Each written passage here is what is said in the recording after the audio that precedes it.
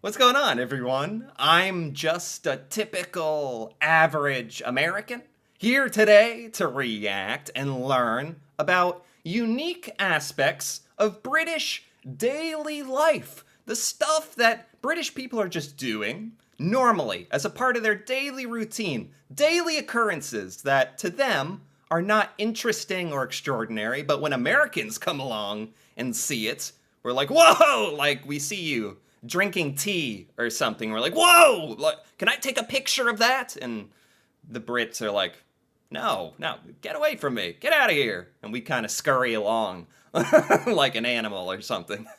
But I'm excited for this video because it's from the point of view of this man who is an American, and he frequently likes to travel and visit Britain in particular. And it's just from his point of view of things that stick out that are just different, at least from an American's point of view, and from a Brit's point of view, are probably just daily things that are pretty normal. So I'm really interested to see what stuck out to him the most as unique aspects of British daily life. So with that being said, let's take a look. So this is a summary of things that were surprising to me as an American traveler. Number 1, traffic flows. Like a handful of other countries, Brits drive on the left side of the road. Yeah, this was especially disorienting when I first arrived. I also kept looking for traffic on the wrong side when crossing the road. Oh my gosh, that's one of my deepest fears about Britain. It's like a death trap to Americans. Not really, if you're like focusing, but I still think if Americans go to Britain and are driving, we spend our whole life driving on the right-hand side of the road.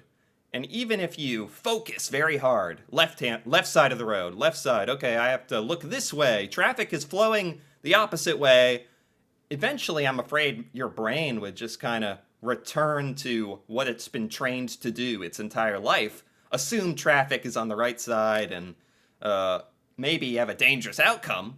But I absolutely agree.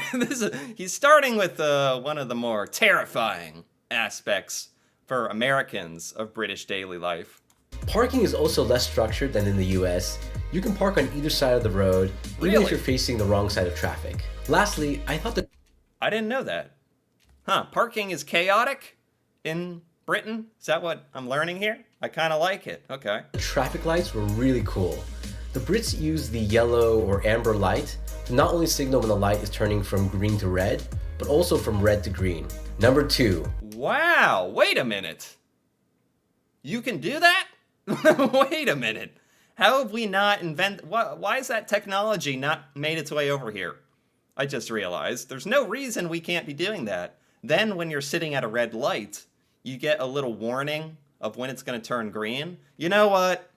It wouldn't work in America. It wouldn't work. Americans are so darn impatient and already like terrible drivers that it would just encourage Americans to jump off the starting line. Like the yellow light is gonna flash and then people are just gonna like be on the edge of their seat and it's gonna cause even more chaos. Americans are already running the red light anyway half the time, at least trying to time when it's gonna start and end, and it's already a bit crazy, so maybe it's for the best that we do not have this actually. plastic notes. I was surprised Oh, what is this? Plastic notes? red, but also from red to green. Number 2, plastic notes. I was surprised on my last trip. Oh, notes, bills, money, plastic. It's really plastic? Man, that is so cool. I mean, a while back, I did a dedicated reaction to British money, and I always say it is so much cooler than American money. Everything about it, the color, the material that we're talking about now, it's got like technology built into it. It's like, I don't know. That certain cash bills were now plastic. While Yeah. Brits use a lot of coins, which we're definitely not accustomed to in the US, Yeah. I found the plastic money to be pretty awesome. The plastic money. It's an interesting way to call it, but that's what it is. The plastic money. The play money. The monopoly money. Yeah, Americans don't use coins hardly at all, actually. Especially like a lot of places outside of America seem to have dollar coins or $2 coins or pound coin, or that is absolutely non-existent in America. Even if there technically is a dollar coin, like no one's got time for that. I definitely would love to see the US adopt the plastic notes like so many other countries. Yeah. Number 3, gigantic plugs. What? The plugs in the UK are different than the rest of Europe. Holy cow! I knew the plugs were shaped differently. I didn't know that they were enormous. Imagine bumping into this thing. And they are huge. Seriously, the plugs are gigantic compared to what we're used to in the Yes! Oh, this is a great comparison. How much energy is going into your microwave with this behemoth? Are you cooking your $1 microwave dinners at light speed or something? How much energy does this harness? US. Also, each outlet has an individual switch, so don't forget to turn on the switch and make sure that you have power before charging up your phone at night. This I never knew for the longest time. Apparently, outlets in Britain have a switch. Like you can turn that specific outlet on and off. That's a wonderful like safety feature perhaps, or just additional option, but I swear so many Americans, just like all the Americans are probably causing chaos driving on the right-hand side of the road by accident when their brain shuts off, I feel like so many Americans probably do not remember to turn the outlets on. I definitely wouldn't. It's not something that enters my brain when thinking about outlets. So don't forget to turn on the switch and make sure that you have power before charging up your phone at night. Yeah. Number 4, interesting foods. It was really fun being in the UK for the holidays. The Brits have some really interesting foods like mince pies, Christmas pudding, and Scotch eggs. Specifically it seems like Britain has so many things that at least are called pies and puddings, and that's so quintessentially British. Like, I think America has apple pie, basically, and even between you and me, that's not even that common at all. Funny enough. But Britain, I hear about pies all the time. Scones, baked goods, stuff that pairs well with tea, and all these puddings that I always picture pudding as one way, that chocolate goop that comes in a cup. But I've learned like puddings can be kind of semi-solid or solid or so many things in Britain, just with the two things he said. What's interesting is that they are not often what they are named. For example, mince pies have something called mince meat, but don't actually contain meat. Christmas pudding... What? I did not know that. Here's a perfect example of pudding. This is not what Americans think of when Americans hear the word pudding. Pudding is like that chocolate pudding. Goo, not quite liquid, but a goop you eat with a spoon at school. And it's very sugary and delightful and kind of artificial in a good way. Really American thing there. But this kind of pudding, this I would think is a cake or something. It's solid. So I would never have assumed this was a pudding, nor that mince pies don't have meats, or I'm not even sure what mince means half the time. Is not really what we Americans would call a pudding. And Scotch eggs are, well, those are eggs. Scotch eggs? What is a Scotch egg? There's definitely an egg there. I'm just not at all sure what is surrounding the egg. It's like a super egg. But they're surrounded by meat. But I don't think they have anything to do with Scotch. Also, there's a whole host of other foods that just have weird names. Big saucy banger. What? Big saucy bangers. Spotted dick. Sponge pudding. The full Monty. Like these are words, like English words, but I don't understand what is going on here or what this means. And to an American, maybe slightly inappropriate. Number 5, gas stations. Okay. Not only is gas, or petrol, as the Brits call it, really expensive, but I found that they use the green handle to represent regular unleaded gas. In the US, we typically use the green handles to designate diesel. So if you're filling up your tank in the UK, make sure you read the labels carefully at the... Yeah, I mean, that's actually a good tip. That's awful specific. I didn't know that. But, I don't know. I tend to just, I didn't even really know diesel was green or in America or anything like that. Every single time I go to the gas station, it's a learning experience where I'm like, unleaded. Okay, there we go. Great. So I don't think I'd fall for this one, but again, there's a lot of traps for Americans in Britain. Wrong side of the road. Might accidentally eat something you don't know is pudding. You might put diesel in your car by accident. A lot of stuff. The pump. Number 6, mobile payments everywhere. I was Oh. shocked at how prevalent mobile payments were in the UK. I would say that 90% of transactions could be made with Apple Pay, which was super convenient. Oh, that's great. Yeah. Like that's something America needs to do a lot more of. America has gotten a lot better at that, to be perfectly honest. Especially in grocery stores, gas stations. Oh, and I think the last thing that needs to catch up is restaurants. Although you're usually dropping your card on the table and the waiter is taking it away anyway. But I'm so happy to see this change finally taking place in a large format across the United States of the mobile payments. You can tap your card, tap your phone. I love it. Apparently, Britain adopted this much sooner than America did. Since I didn't have to deal with the whole chip and signature process. Yeah. Since most of the world is using chip and PIN, signatures are typically not required when paying for products, unless you're using an American credit card, since most of our cards don't support the technology. Though using mobile payments allowed me to pay without any complications. Yeah. Also, it worked on the London Tube, which was a nice bonus. Wow, it worked on the tube? That's what America is really lagging behind with. Like all those little things, transportation, little stuff where you still have to have a card or cash or something where, you'd like to see in the next couple of years, like almost literally everything be able to be paid for with tapping your phone or tapping your card or something. That'd be great. Number 7, military time is commonplace. While we Really? typically don't use military time in the US, you'll notice that most Brits will use it in their daily lives. I did not know that, actually. I really did not know that. How did I not know that? I guess that's never come up. Brits use military time?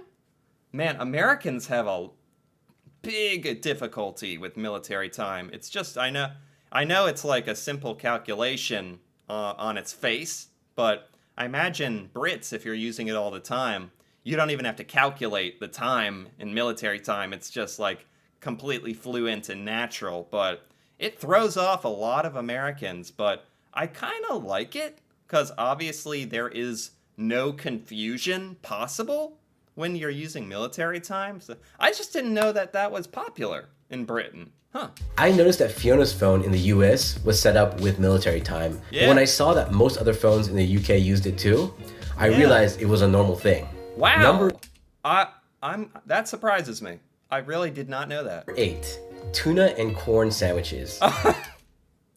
Oh no. Is this a part of British daily life? Like tuna and corn sandwiches? I learned a while back that Brits really like sandwiches and they sell sandwiches at like gas stations and grocery stores, a big variety of sandwiches, whereas in America, you really should think twice before ever approaching the gas station sandwich rack at all. Maybe stay a minimum of 20 feet away from it to minimize exposure to radioactive waves. But tuna and corn sandwiches, I shouldn't be surprised, but I still am. Okay, so I love both of these things, but I never thought of putting them together. When we stopped at a Mark and Spencer's market to pick up a quick lunch, I noticed they had a bunch of unique seafood options. Fish, tuna with corn sandwich? Like tuna and corn, prawn, and salmon sandwiches. I opted for the tuna and corn, and I have to say, it was delicious. Oh my, I guess I shouldn't knock it until I try it. That's what they say. Man, that's just my American knee-jerk reaction. It's just to be like, what the heck? But I don't know. I mean, I guess there's a reason a lot of people enjoy it. I mean, that's kind of the same with like how Brits enjoy beans on toast and other kind of stuff that's considered a little strange in America, between you and me. You shouldn't knock it till you try it. But I think it's also an aspect of if you grew up around it and you're used to it and it's normal and everyone's having it, you don't think anything's strange. And then if it's something you've never encountered, like tuna corn sandwich, it's just a bit bizarre to me. But I'm sure there's lots of weird American foods that are strange to Brits. That'd be funny to learn about, actually. Number 9, tons of accents and dialects. Right. Great Britain is just over half the size of California, but even within such a small country, there is such a variety of dialects and accents. That's truly amazing and kind of beautiful in a way. Like, that is so fascinating. Like, America is enormous, gigantic. Every state is like a country, basically. So it's not shocking that there's a lot of accents around the United States. But Britain is not that gigantic. Like he said, it's like half of California? I didn't even know that. Or did he say England was? Even within such a small country, Great Britain is just over half the size of California. All of Great Britain is half of California? Is that true? That is unbelievable. Man, when I picture Great Britain in my mind, it's like this enormous country. Like there's islands and stuff. But when you say it like that my brain can't even comprehend that. But anyway, coming back into the realm of being able to think, Britain is half of California. Okay, I'm back. It is cool how many different accents there are. I've even heard that in certain parts, like from block to block or street to street, there can be like different accents. I don't know if that's an exaggeration, but it's pretty cool. Yeah, but even within such a small country, there is such a variety of dialects and accents. I personally found the accents from Scotland and Wales to be the most difficult to understand as an American. But even some of the northern accents were challenging. That's really interesting that even listening to other English speakers, Americans will have trouble understanding. I wonder if the American accent is difficult to understand for those same people maybe in Wales or Scotland, or I wonder if it works both ways. Still, I think it's so interesting that a country so small can retain so much variation in the language. Yeah, and those are the top things that I noticed as an American in England. Yeah, that's very true. Like, Britain is basically famous, like to Americans, famous for the accents. Famous. There's actually a lot of other things, like the different terminology and phrases used, but Crisps and chips, biscuit and cookie. Hungry is peckish? Peckish. I like it. I like it. we'll have to save that for another video. Have you been to the UK? If so, what differences did you notice? Wow. I'm also curious to hear from Brits who have visited the United States. Right, that would be so entertaining as well. But for this topic, unique aspects of British daily life, I enjoyed this immensely. This was by Trip Astute, and I liked it. I'm going to give that a like, because it was very enjoyable, very, very fun observations, and I love how random these discussions can kind of be, because it leads to interesting little things about British life and British culture that there's no other possible way that would have come up, and that I really would have been able to learn that. So this was very enjoyable. What were we talking about here? The traffic, the giant plugs, food, of course, mobile payments, Britain living in the future, military time. I can't believe that. That is cool though. Tuna corn sandwiches, still not over that. Dialects, yeah, I really enjoyed this. These are great topics. A lot of stuff I didn't know about, so I really enjoyed this. Anyway, if you enjoyed this as well, feel free to give this video a like or leave a comment. And if you're interested in more videos like this, me reacting to British culture and stuff in Britain I've never seen or learned about, feel free to subscribe for more. And until then, thanks for watching, and see you next time.